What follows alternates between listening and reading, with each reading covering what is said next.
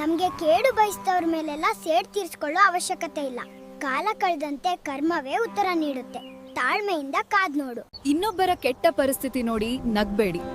ಸಮಯ ಒಂದೇ ರೀತಿ ಇರೋದಿಲ್ಲ. ನಾಳೆ ನಿನಗೂ ಆ ಪರಿಸ್ಥಿತಿ ಬರ್ಬಹುದು. ಹಠ ಹೇಗಿರ್ಬೇಕು ಅಂದ್ರೆ, ಬೇಕು ಅಂದ್ರೆ ಸಿಗೋವರೆಗೂ ಬಿಡಬಾರ್ದು, ಬೇಡ ಅಂದ್ರೆ ಪುಕ್ಕಟೆ ಸಿಕ್ಕರು ತಗೊಳ್ಳೋ ತರ ಇರಬಾರ್ದು ಅಷ್ಟೇ. ದುಡ್ಡನ್ನು ಯಾರಿಗಾದ್ರೂ ಖರ್ಚು ಮಾಡು, ಪರವಾಗಿಲ್ಲ, ಮತ್ತೆ ಸಂಪಾದನೆ ಮಾಡ್ಕೋಬಹುದು.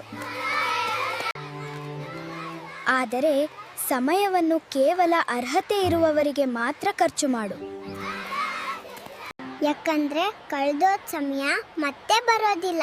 ವಿಡಿಯೋ ಇಷ್ಟವಾದ್ರೆ ಲೈಕ್ ಮಾಡಿ ಪ್ಲೀಸ್. ಸತ್ತ ಮೇಲೆ ಮಣ್ಣು ಹಾಕ್ಲು 1000 ಕಿಲೋಮೀಟರ್ ದೂರದಿಂದ ಬರುವ ಜನರಿದ್ದಾರೆ. ಆದ್ರೆ ಜೀವಂತವಿದ್ದಾಗ ಪಕ್ಕದಲ್ಲಿದ್ರೂ ಕೂಡ ಒಂದು ಸಣ್ಣ ಸಮಸ್ಯೆಗೂ ಸಹಾಯ ಮಾಡುವ ಮನಸ್ಸುಳ್ಳ ಜನರಿಲ್ಲ. ನಿನ್ನನ್ನು ಕೆಳಗೆ ಬೀಳಿಸಲು ಯತ್ನಿಸುವವರಿಗೆ ಗೊತ್ತಿಲ್ಲ ನಿನ್ನಿಂದಲೇ ಅವರು ನಿಂತಿದ್ದಾರೆ ಎಂಬುದು. ತುಂಬಾ ಅದ್ಭುತವಾಗಿದೆ. ಈ ಆಟದ ಹೆಸರು ಕಾಮೆಂಟ್ ಮಾಡಿ.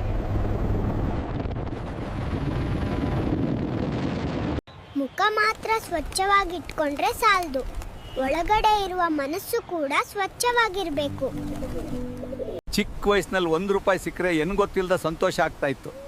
ಈಗ 20,000 ಸಂಬಳ ಬಂದರೂ ಮುಖದಲ್ಲಿ ಸಂತೋಷ ಇಲ್ಲ.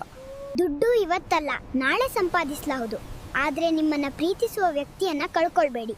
ಅವರನ್ನ ಮತ್ತೆ ಸಂಪಾದಿಸಲು ಸಾಧ್ಯವಿಲ್ಲ. ಎಷ್ಟೇ ಕಷ್ಟ ಬಂದ್ರೂ ನಾನು ಕುಸಿಯೋದಿಲ್ಲ, ಎದುರಿ ಓಡೋದಿಲ್ಲ.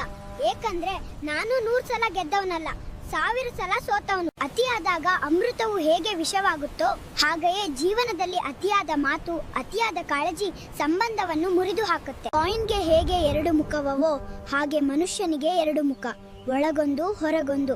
ಅವಶ್ಯಕತೆ ತಕ್ಕಂತೆ ಬದಲಾಯಿಸ್ತಾರೆ. ಸಹಾಯ ಮಾಡುವವರ ಕೈಯಲ್ಲಿ ಸಂಪಾದನೆ ಇರಲ್ಲ, ಸಂಪಾದನೆ ಮಾಡಿರುವ ಕೈಗಳಿಗೆ ಸಹಾಯ ಮಾಡುವ ಗುಣ ಇರೋದಿಲ್ಲ. ನಾವು ನಡೆಯೋ ದಾರಿ ಕಂಡು ಕೆಲವರು ನಗ್ಬೋದು, ಆದ್ರೆ ಆ ದಾರಿಯಲ್ಲಿ ನಗುವವರು ನಡೆಯಲು ಸಾಧ್ಯ ಇಲ್ಲ. ಆ ಶಕ್ತಿ ಅವ್ರಿಗಿಲ್ಲ. ಅದೇ ನಮ್ ಶಕ್ತಿ.